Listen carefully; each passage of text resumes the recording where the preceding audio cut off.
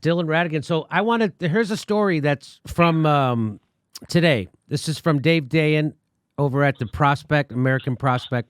His column is called Unsanitized, and he says Unsanitized today leads off with mortgages and how servicers are knowingly lying to their customers to try to trap them into foreclosures, just like they did after 2008. So here's he predicts there's going to be the second wave is a foreclosure wave, and it's going to be an enormous problem. And he links some copy from one of the quote unquote servicers, AmeriHome, and what they're doing. Right. So here, I'm just going to read to you what it says.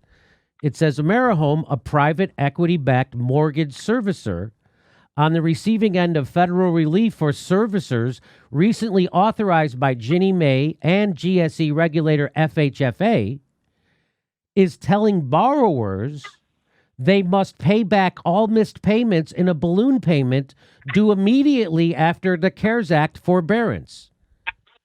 So his next tweet says, the FHFA says this: the repayment approach you shared is not consistent with the enterprise's guidance to approved servicers, meaning that mortgage servicer is lying to people, saying they have to make this 3-month payment all at once, a balloon payment. And so Dave Dayan says this about that. He says, those of us who have done some work on foreclosures over the years know that what mortgage companies tell their borrowers only has a passing relationship to the truth. After the financial crisis, borrowers were told that they had to miss 3 payments to get any relief under the government's loan modification program. Now, Graham Elwood talks about that all the time, but he had a house, and he was told that by 2 different administrations, that he had to miss 3 payments. And then my brother also was told the same thing in his house in Chicago. He was told he had to miss payments. And so why did they do that? Because this was not true. You did not have to miss payments. Nothing required this. And those who did what they were told gave their servicing company the ability to trap them in debt and take their home away. So when I started hearing from borrowers that they were being told that they could apply for 3 months forbearance, a deferment of their loan payment, but would have to pay all 3 months back at the end of the period, my ears pricked up. By the way, we were told the same thing by our bank. Okay.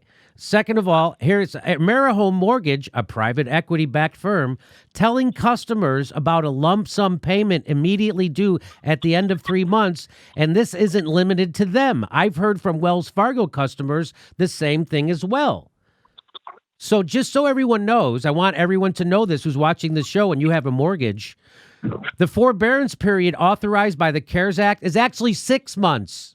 It's not 3 months. It's actually 6 months, which could be re-upped to a year. So I wasn't sure where the 3-month number came from. The balloon payment also didn't sound right. This is Dave Dayan talking.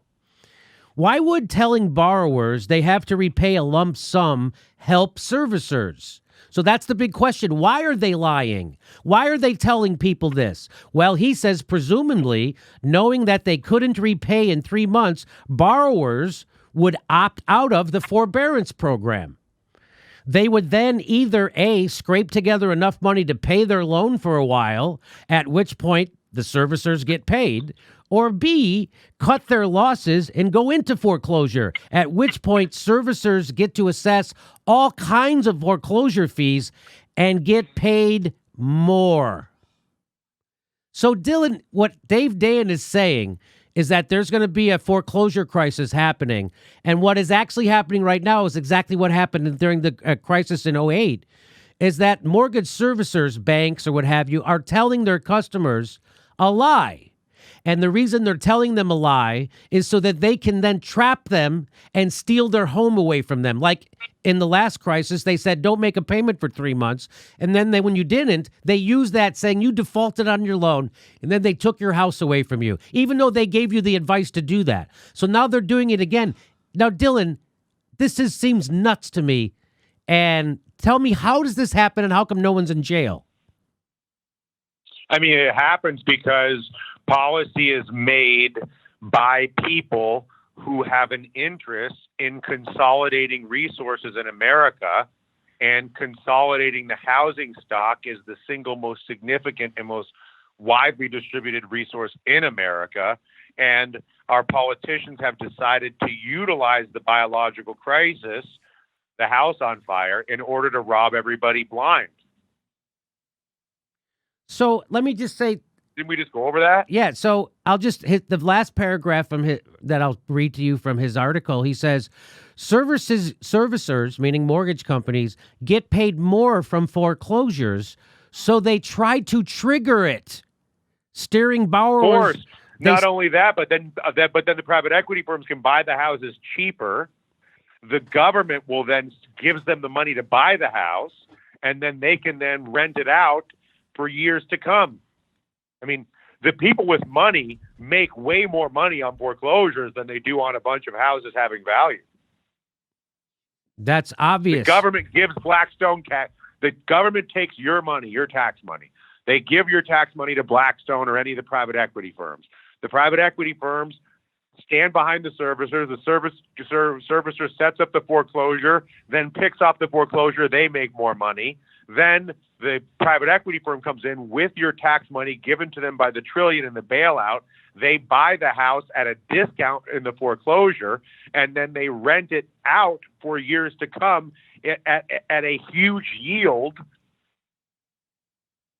Like they figured out how to do this in 2008 and 9. They did it masterfully. The biggest landlord in the world now is Blackstone as a result of 2008 and 9, because they were given the money to roll up all the assets. Steve Schwarzman, who runs Blackstone, is one of the chief advisors to the current president of the United States. And the biological crisis is an opportunity to do a huge real estate roll up. So people don't know this. Barack Obama. So when they did this and Blackstone bought up all these rental properties, they found out it's very hard to service rental properties on a mass scale. And they were actually going to go bankrupt. And Barack Obama gave them a bailout on his way out of office.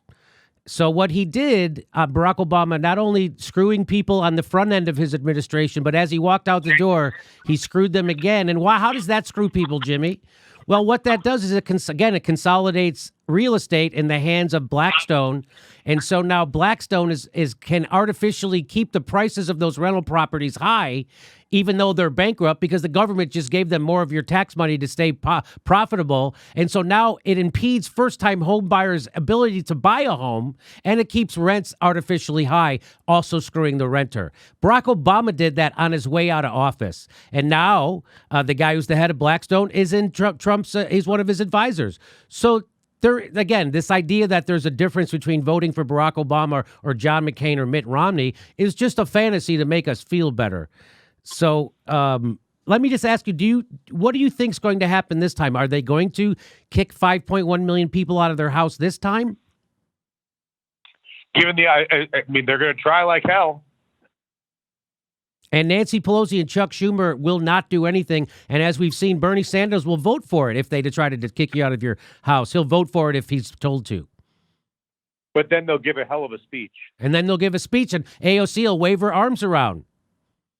Yeah, it'll be amazing, and the AOC's video will circulate everywhere. People will say how hard she tried and how she voted no in the voice vote. Yeah, how she voted no in the voice vote, which is an obvious lie. Yeah. Okay, so this is a country that cancels elections and offers you two senile rapists as a choice for president. I mean, lower your expectations. California's beautiful. Look at how beautiful where you live is. Look at how beautiful your yard is. Look at how beautiful the weather is. North America is a beautiful continent where there's largely really fabulous people here, many very nice people here, whether it's in Los Angeles or New York or Texas or Florida or wherever. And I would recommend everybody be a little nicer and enjoy themselves, and completely lower your expectations from the U.S. government to the point of they are hostile to you. They are hostile to everybody in this country, left or right. I know, and it's It's just, But that doesn't mean we have to be miserable. It just means we need to not expect anything other than hostility from our government. But there's more to life than government. There's dancing, there's cooking, there's music, there's racing cars, there's running, yeah, but there's watching movies. it's hard to enjoy there's going to the beach. It's hard to enjoy any of that stuff if you have an empty stomach. That's 100% true. You know, who was it who said? This is the country that's taking food and throwing it away. Yes, that's right. Right now, well, who was it who said that any society is 3 meals away from a revolution? I think I'm butchering that, but. Hey, this is the part where I tell you where our live shows are, but there aren't any. And then I would tell you to go join our premium, but nobody has a fucking job. So why don't you just enjoy the video?